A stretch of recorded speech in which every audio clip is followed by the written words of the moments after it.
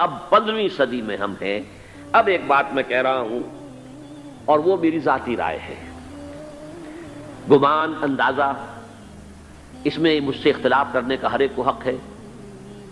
میرے نزدیک 15ویں صدی ہجری اب مجدد کامل الامام المہدی سلسلہ تجدید خلافت کی آخری کڑی کے ظہور کا وقت ہے.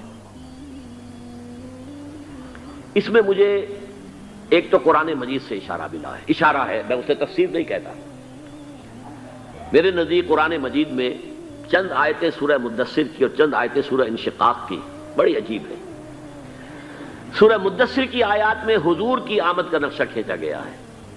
کلا والقمر واللیل اذ ادبر والصبح اذا اسفر انہا لإحدی الکبر نذیرا للبشر لمن شاء منکم ان یتقدم او یتأخر. نہیں، قسم ہے چاند کی. کلا والقمر واللیل اذ ادبر، اور رات کی جبکہ وہ پیٹھ موڑ لے جانے لگے اور صبح کی جبکہ وہ روشن ہو جائے. حضور سے پہلے 600 برس ایسے گزرے ہیں دنیا میں کہ نبوت کا سورج نہیں تھا. بس چاند جیسے مستعار روشنی چاند کی ہوتی ہے تو سابقہ انبیاء کی مستعار روشنی تو کوئی دنیا میں تھی، دھندلی دھندلی جیسی چاند کی ہوتی ہے، لیکن وہ سورج نہیں تھا. لیکن اب وہ رات ختم ہو رہی ہے، واللیل اذ ادبر، جا رہی ہے محمد صلی اللہ علیہ وسلم کا سورج. یہ شمس نبوت و رسالت طلوع ہو گیا. والصبح اذا اسفر انہا لإحدی الکبر. بہت بڑی باتوں میں سے ایک بات ہے جو ہوئی ہے، وہ معمولی واقعہ نہیں ہے. احدی الکبر، یہ تاریخ انسانی کے عظیم ترین واقعات میں سے ہے. بے شک محمدی نذیرا للبشر، پوری نوع انسانی کے لیے نذیر بن کر آئے. یہ تو ہے حضور کا معاملہ. لیکن اب جو معاملہ ہونا ہے دوبارہ، اس لیے کہ خلافت علی منہاج النبوت دوبارہ اب قائم ہوگی انشاءاللہ. حضور کے بعد میں آپ کو بتا چکا ہوں، خلافت راشدہ ختم ہونے کے بعد سے زوال زوال زوال زوال زوال زوال زوال زوال زوال، تھوڑا سا 2.5 سال کا 2 سال کا وقفہ آیا ہے حضرت عمر بن عبدالعزیز کا، ورنہ زوال زوال زوال زوال زوال. اگرچہ اس زوال کو 1000 سال لگے ہیں. یہ عمارت جو محمد نے بنائی تھی ایک دن میں نہیں گر گئی صلی اللہ علیہ وسلم. کھنڈر بتا رہے ہیں عمارت عظیم تھی. 1000 سال کے بعد پھر یورپ کے سیلاب نے آ کر اس کو گرایا ہے اور ختم کیا ہے. ورنہ 1000 سال تک سطوت و شوکت کے ساتھ امت مسلمہ تو موجود رہی ہے، چاہے اسلام جو ہے وہ حکومت کی سطح پر موجود نہیں تھا. بہرحال اب جو اس کا دور آیا ہے دوبارہ خلافت علی منہاج النبوہ کا دور، اس کا نقشہ سورہ انشقاق میں کھینچا گیا ہے. فلا اقسم بالشفق. اب دیکھیے سورج غروب ہو گیا. حضور کی بعثت کے وقت وہ سورج رسالت طلوع ہوا تھا، اب وہ سورج غروب ہو چکا ہے. سورج کے غروب ہونے کے بعد صرف روشنی رہ جاتی ہے شفق کی، سرخ سی، بس وہی باقی رہ گئی. اور باقی کیا رہ گیا؟ بدا الاسلام غریبا ویسعود کما بدا فطوبی للغرباء. فلا اقسم بالشفق واللیل وما وسق. رات کی سی تاریکی ہے اور جو کچھ اس نے اپنے اندر جمع کر لیا ہے. والقمر اذا اتسق، اور قسم ہے چاند کی جب کہ وہ بھر جائے. پورا بھرتا ہے کتنے دنوں میں؟ 14 دن میں. اور 14 صدیوں کے بعد اب پہلی صدی کا جس نے کہ تجدید کامل کی عمر بن عبدالعزیز، 14 صدیوں کے بعد اب 15ویں صدی میں الامام المہدی کے ظہور کا وقت قریب ہے. اب جو کچھ مجھے حضرت امام المہدی کے بارے میں کہنا ہے، دوبارہ اپنی بات دہرا رہا ہوں، یہ میرا ذاتی گمان ہے، اختلاف کیا جا سکتا ہے. میرا گمان یہ ہے کہ یہ اب جو مجدد آئیں گے وہ حضرت مہدی ہوں گے. پہلی بات تو یہ جان لیجئے کہ مہدی 2 ہیں، ایک شیعوں کے مہدی، ایک سنیوں کے مہدی. ان میں بڑا فرق ہے. شیعہ حضرات مہدی کو مانتے ہیں، وہ ان کے 12ویں امام ہیں. ان کے عقیدے کے مطابق انہیں پیدا ہونے کے فوراً بعد اس اندیشے سے کہ انہیں قتل کر دیا جائے گا ایک غار میں چھپا دیا گیا تھا. تقریباً 1200 برس سے وہ اس غار کے اندر ہیں. وہ روپوش ہیں، چھپے ہوئے ہیں، اسی لیے انہیں امام غائب کہا جاتا ہے. اور اب ان کا انتظار ہو رہا ہے، اس لیے انہیں امام منتظر بھی کہا جاتا ہے. اس لیے شیعوں کے دارالعلوم جو ہوتے ہیں دارالعلوم المنتظر، وہ اس لیے کہ ان کا انتظار کیا جا رہا ہے. تو یہ ہے اب وہ ان کا خیال ہے کہ آخری دور میں، آخری زمانے میں وہ ظاہر ہو جائیں گے، غار سے نکل آئیں گے. دیکھیے میں اس عقیدے کو اس بنا پر رد نہیں کرتا کہ یہ ناممکن ہے کہ کیسے کوئی شخص جو ہے 1200 برس تک کسی غار کے اندر زندہ رہ سکتا ہے، نہیں، میں سمجھتا ہوں ممکن ہے۔ 300 برس تک اصحاب کہف رہے کہ نہیں رہے؟ سوئے رہے۔ 300 ایئرس ہم مانتے ہیں۔ حضرت عیسیٰ اسی حیات عرضی کے ساتھ 2000 سال سے موجود ہیں آسمان پہ کہ نہیں ہے؟ آپ کو معلوم ہے حضرت عزیر 100 برس تک مرنے کے بعد دوبارہ زندہ کر دیے گئے۔ فَأَمَاتَهُ اللَّهُ مِئَةَ عَامٍ ثُمَّ بَعَثَهُ۔ تو ناممکنات میں سے کوئی سوال پیدا نہیں ہوتا، لیکن یہ کہ آیا کوئی امامت معصومہ کا تصور قرآن اور حدیث سے ہمیں ملتا ہے؟ پھر یہ کیا یہ موروثی امامت کہ حضرت علی کی نسل جو حضرت فاطمہ سے چلی ہے اسی میں یہ امامت ہوگی؟ اس کے لیے ہمارے پاس کوئی دلیل نہیں ہے، ہم اس کو تسلیم نہیں کرتے۔ ہم تو سمجھتے ہیں کہ معصومیت ختم ہو گئی محمد الرسول اللہ صلی اللہ علیہ وسلم پر، خاتم المعصومین ہے محمد الرسول اللہ۔ اب ان کے بعد تو اجتہاد ہے اور خلافت ہے، عام معاملات میں اجتہاد ہوگا، نظام خلافت کا ہوگا۔ تو ہمارے نزدیک جو میں جس مہدی کا نام لے رہا ہوں وہ مہدی ہے جو ایک مجدد ہوں گے، جیسے کہ مجددین کے نام میں نے آپ کو گنوائے ہیں، مجدد الفسانی ہو، شاہ ولی اللہ ہو، سید احمد بریلوی ہو، شیخ الہند ہو، ایک ہوں گے انسان جو پیدا ہوں گے انسانوں کی طرح عام طور پر اپنی عمر کو پختگی کو پہنچیں گے، پھر وہ سامنے آئیں گے منظر پر، پھر وہ کام کریں گے، قیادت کریں گے، عرب میں ان کا ظہور ہوگا۔ دوسری بات یہ نوٹ کر لیجئے حضرت مہدی کے بارے میں، ہمارے ہاں احادیث کے جو مجموعے ہیں ان میں جو ٹاپ کے 2 مجموعے ہیں ان میں کہیں حضرت مہدی کا ذکر نہیں ہے، نہ صحیح بخاری میں نہ صحیح مسلم میں، لیکن ہم اسے نظر انداز نہیں کر سکتے کہ صحائح ستہ کی بقیہ 4 کتابوں کے اندر موجود ہے، لہذا نظر انداز نہیں کر سکتے، اگنور کرنا ممکن نہیں ہے۔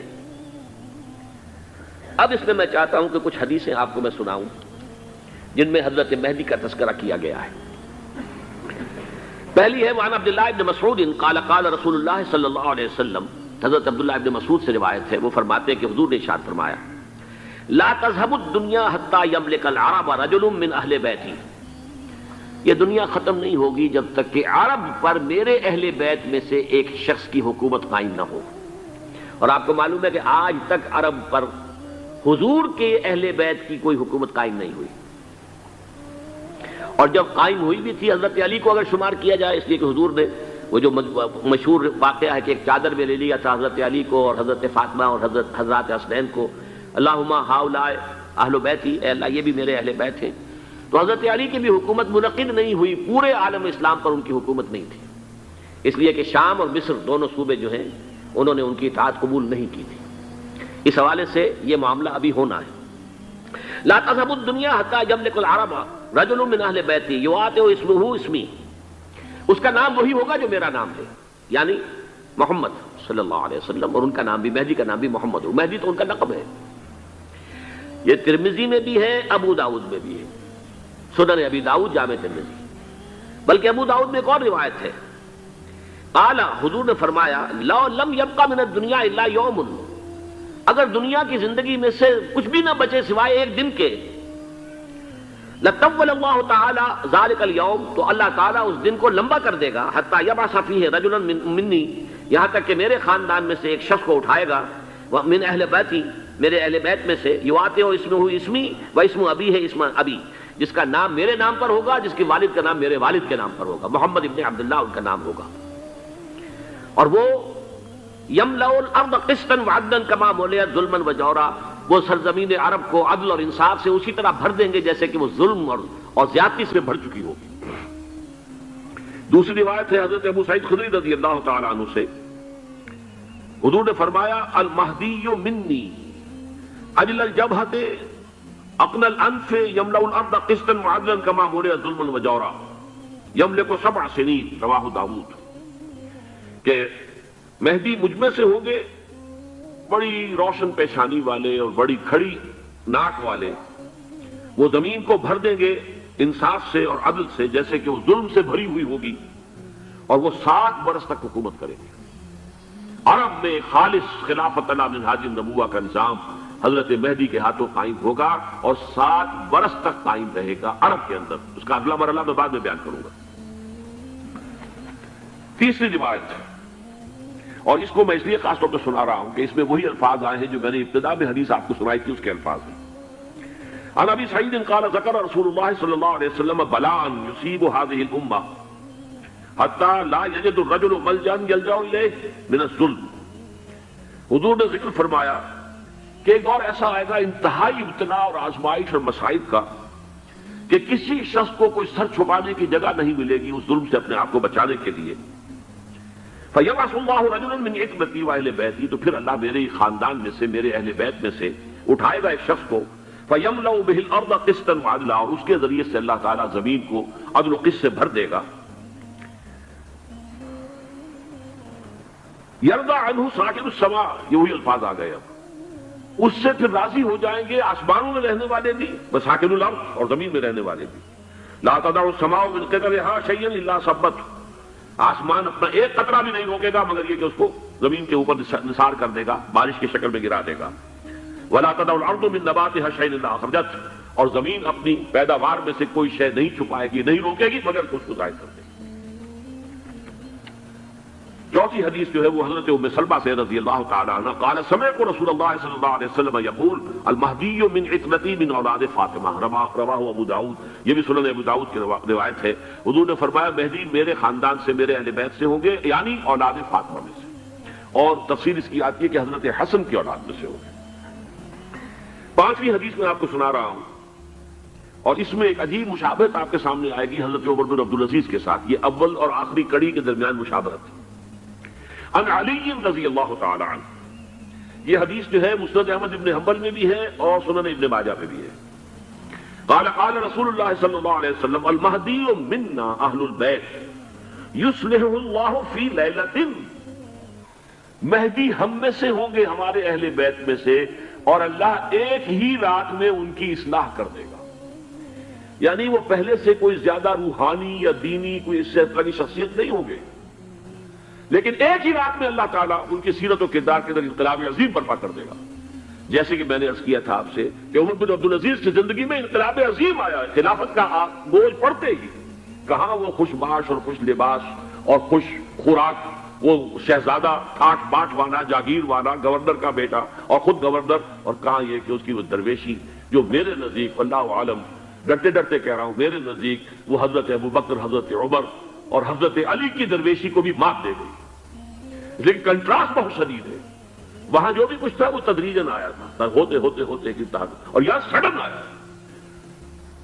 چھٹی حدیث عن انس سمعت رسول اللہ صلی اللہ علیہ وسلم یقول نحن ولد عبد المطلب سعادت اہل الجنہ، ہم عبد المطلب کی جو اولاد ہیں اور نسل ہیں، ہم جنت کے سردار ہیں۔ اور پھر آپ نے نام گنوائے ہیں، انا وحمزہ وعلی وجعفر والحسن والحسین والمہدی، میں خود اور حضرت حمزہ بنو عبد المطلب میں سے، عبد المطلب کے بیٹے، اور علی اور جعفر حضرت علی کے بھائی جعفر طیار، اور حسن اور حسین حضرت فاطمہ کے لخت جگر حضرت علی کے بیٹے، والمہدی، اور آخر میں جا کر پھر مہدی۔ اب میں آپ کو ایک حدیث سنانے چلا ہوں جس میں ایک عجیب نقشہ سامنے آتا ہے کہ یہ مہدی جب ظاہر ہوں گے تو کس طور سے ظاہر ہوں گے، ان کے ظہور کی کیفیت کیا ہوگی، کیف یظہر۔ یہ روایت ہے حضرت ام سلمہ سے رضی اللہ تعالی عنہ، حضور کی زوجہ محترمہ ہے، فرماتی ہیں ام سلمہ عن النبی صلی اللہ علیہ وسلم قال یکون اختلاف عند موت خلیفۃ، حضور نے فرمایا ایک خلیفہ کی موت پر اختلاف واقع ہو جائے گا، خانہ جنگی ہو جائے گی۔ فَيَخْرُجُ رَجُلٌ مِنْ أَهْلِ الْمَدِينَةِ هَارِبًا إِلَى مَكَّةَ، پھر مدینے کے لوگوں میں سے ایک شخص نکلے گا، بھاگے گا اور جا کر پناہ لے گا اور چھپ جائے گا مکے میں۔ فَيَأْتِيهِ نَاسٌ مِنْ أَهْلِ مَكَّةَ، پھر اس کے پاس آئیں گے اہل مکہ، مکہ کے لوگ، فَيُخْرِجُونَهُ، اور اسے نکالیں گے، جہاں وہ چھپے ہوئے ہوں گے وہاں سے نکالیں گے۔ وَهُوَ كَارِهٌ، اور وہ بالکل اس کو پسند نہیں کر رہے ہوں گے، نہ وہ خواہش مند ہوں گے کہ ان کے ہاتھ پر بیعت کی جائے، نہ وہ یہ چاہیں گے کہ وہ میدان میں آئے اور ان کو جو ہے اپنا لیڈر مانا جائے۔ وَهُوَ كَارِهٌ فَيُبَايِعُونَهُ بَيْنَ الرُّكْنِ وَالْمَقَامِ، لیکن لوگ جو ہے پھر اصرار کے ساتھ ان کے ہاتھ پر بیعت کریں گے رکن اور مقام کے درمیان، رکن وہ کونا ہے خانہ کعبہ کا جس میں حجر اسود لگا ہوا ہے، اور مقام ابراہیم جو ہے، ان دونوں کے مابین جو یہ علاقہ ہے یہاں پر وہ بیعت ہوگی۔ وَيُبْعَثُ إِلَيْهِ بَعْثٌ مِنَ الشَّامِ، ان کے خلاف ایک لشکر بھیجا جائے گا شام سے۔ نہیں کہا جا سکتا کہ باسی حکومت اس وقت کی جو ہے اس کی طرف سے کوئی مسئلہ اس طرح کا اٹھ کھڑا ہو، اس لیے کہ ابھی تو بہرحال باسی حکومت وہاں ہے۔ فَيُخْسَفُ بِهِمْ بِالْبَيْضَاءِ بَيْنَ مَکہ وَالْمَدِینَہ، لیکن اللہ تعالیٰ اس لشکر کو مکے اور مدینے کے درمیان وادی بیضاء میں دھسا دے گا زمین کے اندر پورے کے پورے لشکر کو۔ فَإِذَا رَأَى النَّاسُ ذَلِكَ، جب لوگ یہ دیکھیں گے اتنی بڑی نشانی ظاہر ہو گئی، أَتَاهُمْ أَبْدَالُ الشَّامِ وَعَصَائِبٌ من العراق فَيُبَايِعُونَهُ، اب شام سے سارے کے سارے جو اولیاء اللہ ہیں وہ بھی آئیں گے، اور عراق سے جوق در جوق لوگ آئیں گے اور ان سے بیعت کریں گے۔ وَيَعْمَلُ فِي النَّاسِ بِسُنَّةِ نَبِيِّهِمْ، پھر وہ عمل کریں گے لوگوں کے مابین، حکومت کریں گے اپنے نبی کی سنت کے مطابق۔ وَيُلْقِي الْإِسْلَامُ بِجَرَانِهِ، اور اسلام اپنی گردن زمین پر ٹکا دے گا۔ وَالْأَرْضَ فِي الْأَرْضِ، زمین میں۔ فَيَلْبَسُ 7 سنین، پھر وہ 70 برس تک حکمران رہیں گے، 7 برس تک حکمران رہیں گے۔ ثم یتوفا، پھر ان کا انتقال ہوگا۔ ویصلی علیہ المسلمون، اور مسلمان ان پر نماز پڑھیں گے۔ یہ جو میں نے آپ کے سامنے نقشہ کھینچا ہے،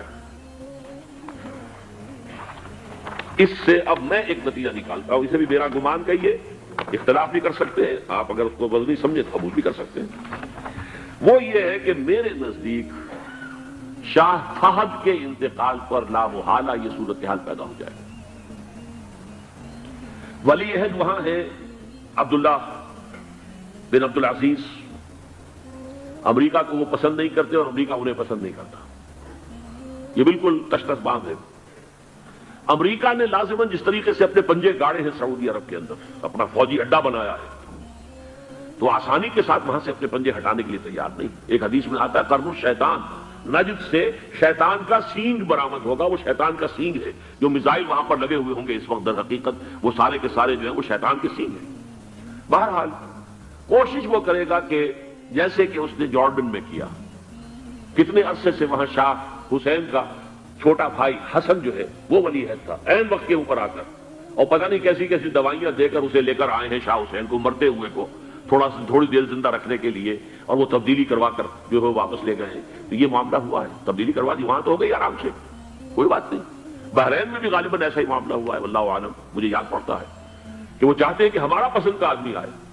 اگر سعودی عرب میں یہ کام کیا گیا تو اس کا لازمی نتیجہ خانہ جنگی ہوگا، اس لیے کہ وہاں کی روایت یہ بڑی سخت ہے، بڑی پختہ ہے۔ پھر یہ کہ وہاں جو ہے امیر عبداللہ جو ہے، جو وہاں پر اگرچہ سپہ سالار وہ نہیں ہے، کمانڈر ان چیف وہ نہیں ہے، کمانڈر ان چیف تو کوئی اور ہے، لیکن الحرس الوطنی جو ہے، نیشنل گارڈز، بہت بڑی فورس ہے وہ، اصل بیڈوئن فورس جو ہے صحرا کے لوگوں کی، عرب فورس، وہ در حقیقت الحرس الوطنی ہے، نیشنل گارڈ ہے، اور اس کا کمانڈر ان چیف ہی ہے امیر عبداللہ۔ تو لازماً یہ شکل جو ہے پوری ہو کر رہے گی۔ جیسے ہی یہ معاملہ ہوا شاہ فہد کے انتقال کا، تو یہ اختلاف ہوگا، خانہ جنگی ہوگی، پھر کوئی اللہ کا بندہ جو ہوگا، میرے نزدیک، میں آج سے کچھ 6-7 سال پہلے سالانہ اجتماع تھا تنظیم اسلامی کا راولپنڈی میں، میں نے اس وقت وہاں کہا تھا، اس سے ذرا اخبارات میں بھی کچھ وہ کنٹروورسی آئی تھی کہ میرے نزدیک امام مہدی پیدا ہو چکے ہیں، ان کے ظہور کا وقت قریب ہے۔ اور اس کی تھوڑی سی بات میں مجھے معلوم ہوا کہ جین ڈکسن غالباً نام ہے امریکن اس کا، جس نے یہ پیشن کوئی خبر دی تھی کہ 1962 میں عالم عرب میں ایک بچہ پیدا ہوا ہے کہ جو وہاں کا نقشہ بدل کر رکھ دے گا۔ یہ جین ڈکسن کی غالباً پیشن گوئی ہے۔ بہرحال مجھے اس کی پیشن گوئی سے کوئی دلچسپی نہیں ہے، میں تو جو احوال دیکھ رہا ہوں، یعنی اسرائیل کا قائم ہو جانا، اور اس کے بعد اب یروشلم کا مسلمانوں کے ہاتھوں سے نکل جانا، اور اب گویا کہ وہ الملحمۃ العظمیٰ جو ہے تلی کھڑی ہے، کسی بھی وقت جو ہے یہ جو ہے وہ لاوا پھٹ سکتا ہے، آتش فشاں پھٹ سکتا ہے۔ تو یہ تمام حالات ایسے ہیں کہ جن کی وجہ سے میں سمجھتا ہوں کہ ایک تو جو قرآن مجید کے اشارات میں نے آپ کو بتائے، 14 صدیاں 14 دن میں چاند کا پورا ہونا، والقمر اذا اتسق، 14 دن میں 14ویں کا چاند، اسی طرح اب یہ 14 صدیوں کے بعد یہ صدی جو 15ویں صدی ہے، یہ در حقیقت ظہور امام مہدی کی صدی ہے۔ لیکن یہ کہ امام مہدی کی حکومت قائم کرنے کے لیے کون لوگ آئیں گے؟ عرب جو ہیں وہ اندر سے کھوکھلے ہو چکے ہیں، عیاشی نے، دولت نے، پیسے نے، دولت، پیسہ، عیاشی اس کی وجہ سے کھوکھلے ہوئے. یہاں میں آپ کو 2 حدیثیں سنانا چاہتا ہوں.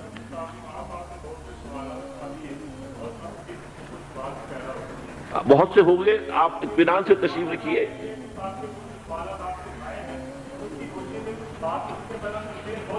بہت ہوگی، بات ہوگی، آپ اس کو اس طرح صبر سے سن لیجئے. میں اب تقریباً اپنی گفتگو کے اختتام تک پہنچ رہا ہوں. سنن ابن ماجہ کی روایت ہے حضرت ابو ہریرہ سے رضی اللہ تعالی عنہ، قال قال رسول اللہ صلی اللہ علیہ وسلم اذا وقعت الملاحم بعث اللہ بعثا من الموالی ہم اکرم العرب فرسا واجودہ سلاحا یؤید اللہ بہم الدین. رواہ ابن ماجہ عن ابی ہریرہ رضی اللہ تعالی عنہ. جب ملاحم کا دور شروع ہوگا تو اللہ تعالیٰ اٹھائے گا ایک لشکر یا لشکروں پر لشکر موالی میں سے. موالی کون ہے؟ عربوں نے جب فتح کیا تھا اس پورے علاقے کو خلافت راشدہ کے دوران، اور پھر وہ لوگ جو ہے ایک رائے تو یہ تھی کہ انہیں غلام بنایا جائے ساری آبادیوں کو، لیکن یہ کہ حضرت عمر کا اجتہاد تھا اس کے مطابق کہ ان کو غلام نہیں بنایا گیا، تو وہ موالی کی حیثیت رکھتے ہیں. عربوں میں دم نہیں ہے، موالی میں سے لشکر اٹھیں گے کہ جو در حقیقت حضرت مہدی کی حکومت کو قائم کریں گے. دوسری حدیث سنیے عن عبداللہ بن الحارث رضی اللہ تعالی عنہ، اور یہ ابن ماجہ کی روایت ہے. قال قال رسول اللہ صلی اللہ علیہ وسلم یخرج الناس من المشرق فیوتئون للمہدی یعنی سلطانی. لشکر نکلیں گے، لوگ آئیں گے مشرق سے، اور وہ حضرت مہدی کی حکومت کو جمائیں گے اور قائم کریں گے. اب ذرا نوٹ کیجئے کہ جزیرہ نماء عرب کے مشرق میں کون سے ملک ہیں؟ 3: ایران، افغانستان، پاکستان. یہ 3 سالڈ مسلم ممالک، مسلم آبادی اکثریت. ویسے تو یہ کہ آگے ہندوستان میں 20 کروڑ مسلمان ہیں، لیکن وہ 20 کروڑ جو ہے وہ تو 80 کروڑ کے اندر تحلیل ہو جاتے ہیں غیر مسلموں میں. لیکن یہاں جو معاملہ ہے یہ خالص اکثریت کے وہ. ان میں سے ایران کا معاملہ جہاں تک ہے، نمبر 1 یہ کہ وہ شیعہ عقائد کے حصار میں بند ہے، اس سے ادھر ادھر ہونا اس کے لیے ممکن نہیں. حدیث میں یہ بھی آتا کہ اصفہان سے 70,000 یہودی دجال کا ساتھ دیں گے. لیکن بہرحال خراسان ایک صوبہ ہے افغانستان کا اس وقت بھی شمال مشرقی کونے میں، مجھے امید ہے وہاں سے خیر کی، کیونکہ خراسان کا لفظ وہاں پہ شامل ہے. اور حضور کی حدیث میں بعد میں آپ کو سناؤں گا کہ خراسان سے فوجیں چلیں گی جو یروشلم کو دوبارہ حاصل کریں گی، فتح کریں گی. جیسے پہلے یروشلم کھویا عربوں نے تھا، دوبارہ حاصل کیا تھا کرد نے، کرد خون صلاح الدین ایوبی رحمت اللہ علیہ. ایسے اب پھر عربوں نے کھویا ہے، لیکن لینے والے خراسان سے لشکر آئیں گے. یخرج من خراسان رایات سود لا یردها شیء حتی تنصب بإیلیا. خراسان کے علاقے سے کالے علم لے کر لشکر چلیں گے جن کے رخ کو کوئی موڑ نہیں سکے گا جب تک کہ وہ جا کر یروشلم میں نصب نہ ہو جائے. اس کے بعد نام آتا ہے پاکستان کا. یہ ہے میری اور آپ کی داستان، اور یہ ہے سبب جس کی وجہ سے کہ میں آپ سے یہ گفتگو کر رہا ہوں. اصل میں تو کس لیے؟ محض ایک علمی استفادہ، محض اپنی بات آراء کو ظاہر کرنے کا شوق نہیں، بلکہ یہ کہ اپنی ذمہ داری ہم پہچانے کہ ہم کس مقام پر کھڑے ہیں. دیکھیے، اس پاکستان کے بارے میں یا ہندوستان کے بارے میں علامہ اقبال نے کہا تھا اپنے ترانہ ملی میں، میرے عرب کو آئی ٹھنڈی ہوا جہاں سے، میرا وطن وہی ہے، میرا وطن وہی ہے. اور مجھے بتایا گیا کہ سنن ابی داؤد میں یہ روایت موجود ہے کہ حضور نے فرمایا کہ ہندوستان کی طرف سے مجھے ٹھنڈی ہوا آتی، اگرچہ مجھے وہ حدیث ابھی نہیں ملی ہے، لیکن حزب التحریر کا ایک کارڈ مجھے ملا تھا، تو اس میں اس حدیث کا اور اس میں ابن داؤد ابو داؤد کی روایت کا حوالہ موجود تھا. لیکن میں جو چیز آپ کو بتا چکا ہوں وہ یہ کہ الف ثانی کا پورا تجدیدی کارنامہ اس ہندوستان کی سرزمین میں ہوا. مجدد الف ثانی شیخ احمد سرندی، شاہ ولی اللہ دہلوی، سید احمد بریلوی، وہ تو ہمارے پاکستان میں آ کر جو ہے ان کا خون جذب ہوا ارض پاکستان میں. پھر شیخ الہند مولانا محمود حسن. تحریک خلافت چلی تو صرف ہندوستان میں چلی اور کہیں نہیں چلی. آزادی کی تحریک چلی پوری دنیا میں، وہ نیشنلزم کی بنیاد پر چلی، ملے نیشنلزم، عرب نیشنلزم، ٹرک نیشنلزم. ہمارے یہاں چلی تو اسلام کے نام پر پاکستان کا مطلب کیا؟ لا الہ الا اللہ. پھر پاکستان قائم ہوا معجزے کے طور پر، بلکہ نازل ہوا ہے لیلۃ القدر میں. انا انزلناہ فی لیلۃ القدر، جیسے قرآن نازل ہوا ہے لیلۃ القدر میں، یہ پاکستان بھی نازل ہوا ہے لیلۃ القدر میں.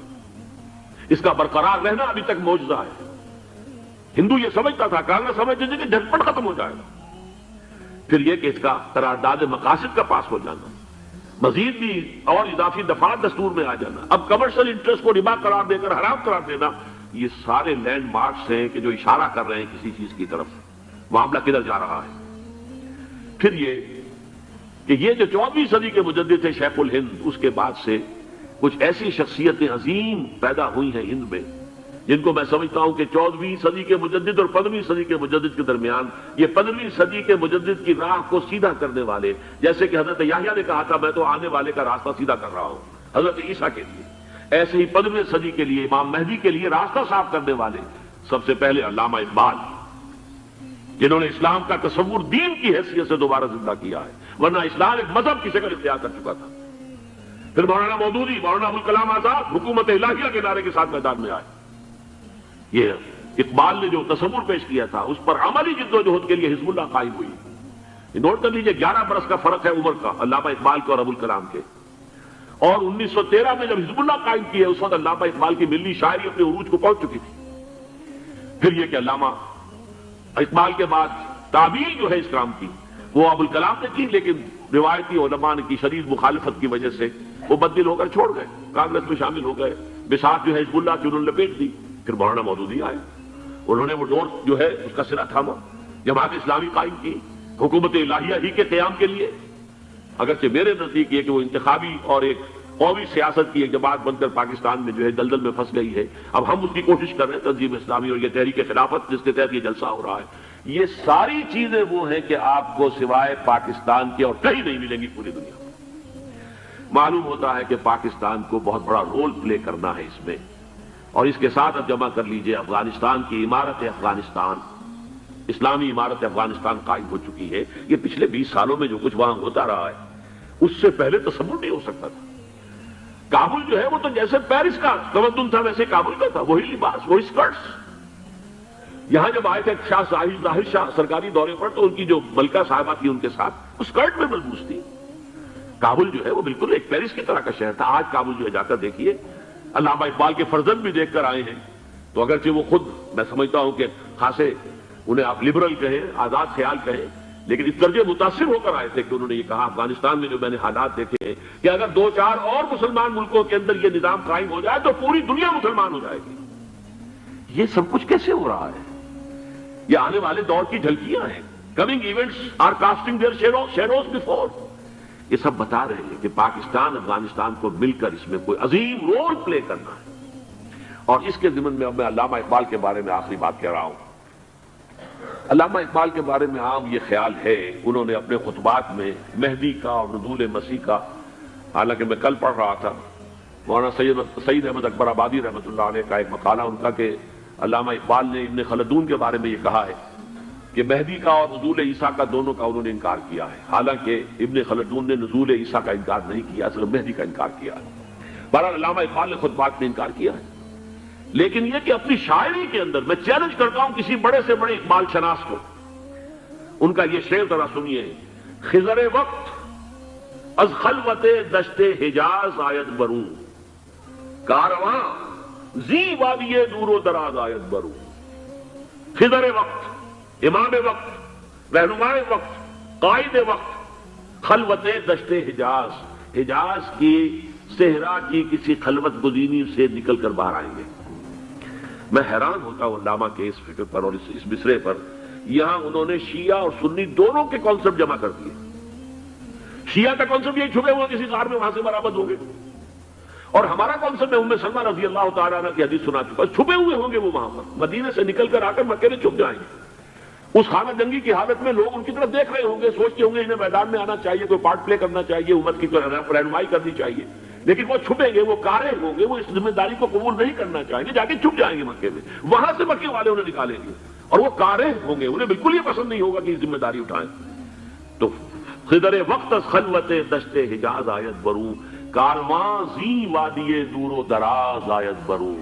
کارواں جو چلے گا ان کی مدد کے لیے اس وادی دور و دراز، اس عظیم وادی دور و دراز، یہ وادی سندھ ہے۔ وادی سندھ جو ہے ہم سمجھتے ہیں کہ صرف یہ پاکستان اور پنجاب جو ہے یہ اس میں شامل ہے، سندھ اور پنجاب نہیں، افغانستان کا پورا مشرقی علاقہ اس میں شامل ہے۔ جیسے دریائے جیلم سندھ میں جا رہا ہے، جیسے دریائے گلگت سندھ میں آ کر ملتا ہے، جیسے دریائے چناب اور راوی اور جیلم اور یہ سب جا رہے ہیں اور آ رہے ہیں، اسی طرح دریائے کابل کہاں سے آ رہا ہے؟ دریائے گومل کہاں سے آ رہا ہے؟ ٹوچی کہاں سے آ رہا ہے؟ یہ سارا جو ہے ڈرین جو ہو رہا ہے ایسٹرن جو ہے پارٹ آف افغانستان، یہ سب وادی ہے. اس وادی کے یہ دو حصے ہیں. ایک حصہ جو ہے یہ ادھر پاکستان میں ہے اور اسی وادی کا دوسرا حصہ جو ہے وہ افغانستان میں ہے. کارواں زی وادی دور و دراز آیت برو، کارواں چلے گا یہاں سے. یخرج الناس من المشرق یؤتون للمہدی یعنی سلطان ہی، مشرق سے فوجیں چلیں گی کہ جو مہدی کی حکومت قائم کریں گی. اور یخرج من خراسان رایات سود، اور خراسان سے سیاہ پرچم چلیں گے کہ جن کا رخ کوئی موڑ نہیں سکے گا، حتیٰ تنصب بیلیا، یہاں تک کہ وہ جا کر یروشلم کے اندر دفن ہو جائیں گے. حضرات، میں ایک میری گفتگو کا حصہ باقی تھا لیکن میں اسے چھوڑ رہا ہوں، اس لیے کہ گلوبلائزیشن جو اس کی ہوگی، جو خلافت علی منہاج النبوہ کی تجدید کامل حضرت مہدی کے ہاتھوں عرب میں ہوگی، اس سے پہلے اس کے لیے محنت، کوشش، جد و جہد پاکستان اور افغانستان میں ہو چکی ہوگی جو اسے سپورٹ کرے گی اور وہاں جا کر حکومت قائم کرے گی. اس کے بعد گلوبلائزیشن کا جو مرحلہ اس کا ہے وہ حضرت مہدی کے ہاتھوں نہیں ہے، وہ حضرت عیسیٰ ابن مریم ان کے نزول کے بعد ہے، جن کے نزول کے بعد دجال کا خاتمہ ہوگا اور یہودیوں کا استحصال ہوگا. مسلمانوں پر بھی بڑی تکالیف عربوں پر آئیں گی، شدائد آئیں گے. لیکن یہ وہ میں حصہ جو اپنی گفتگو کا آج چھوڑ رہا ہوں اس لیے کہ میں دیکھ رہا ہوں کہ بعض حضرات کا صبر کا پیمانہ اب لبریز ہو رہا ہے، تو میں اس حصے کو پھر ملتوی رکھتا ہوں کسی دوسری محفلوں، کسی دوسری مجلس اور نشست پر.